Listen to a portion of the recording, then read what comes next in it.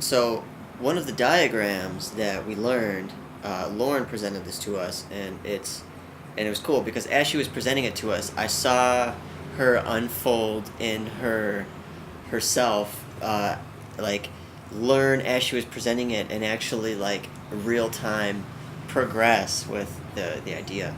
But there was this like basically applying real time, and so she's got this diagram of this circle, right, and in the center is like, self-actualization. Like that's where we're working towards, right? Like we're all working towards this center point. That's like the point of leadership. And in there, the multiple entry points to the same common core would be our passions. So like we follow our passions and we all sort of become leaders. And that's sort of like the 2D diagram that she had up there. And as we were learning about the 3D-ness of things, we sort of like transformed it into a sphere, right? So now like there's like more surface area to get to the same common core, right? Like we all have different passions, and it's just a more sort of thorough explanation of it, and it's really cool because this common core, it's sort of like a conceptual place, right?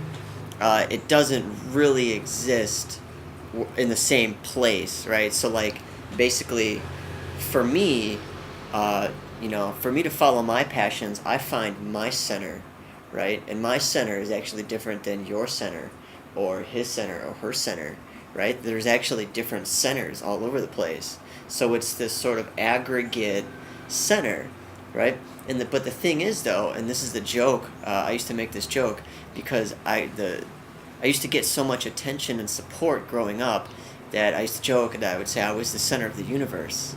I am the center of the universe. And I come to find out that in an infinite universe, all points are the center. So it was actually true. I can totally be the center of my universe, and you are the center of your universe, and there is no conflict there because in infinity, all points are the center. And this reminds me of this quote. It's when something is funny, search for the hidden truth, and so that just kind of explains, the fact that, like I used to joke about this me being the center of the universe, and there actually is a hidden truth in there because in an infinite universe we're all the center.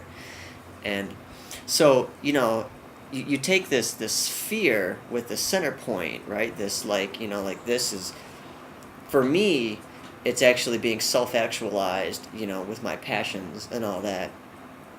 But then again, there's a paradox to it in that the center is all of us together, right? Because when I'm centered over here and you're centered over there, and him and her are all centered, we're all together, right? Like we are working towards the same goals. We are self-actualized. And in that, we have a common unity together, and we are together. And so there's the paradox, is that we are separate centers, right? But as we are separate, we are all united together. And it's pretty cool because every time I come upon paradox, there's like a deeper meaning about to rear its head. Because usually what paradox is like a series of constraints that come together to form some sort of like box.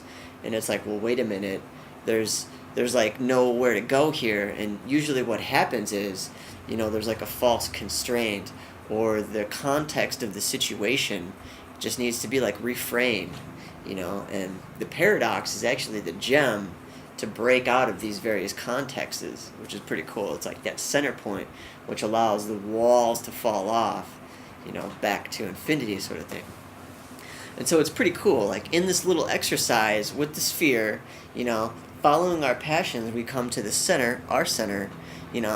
We both center ourselves, and we meet all the other people that are centered.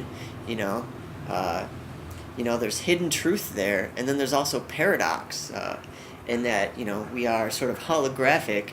Like I'm here, you're there, but we're also both in the same place, and it's just like there's just like layer over layer over layer over layer over layer of all this cool stuff, and that's just so key, and it's just a great little exercise that we went through.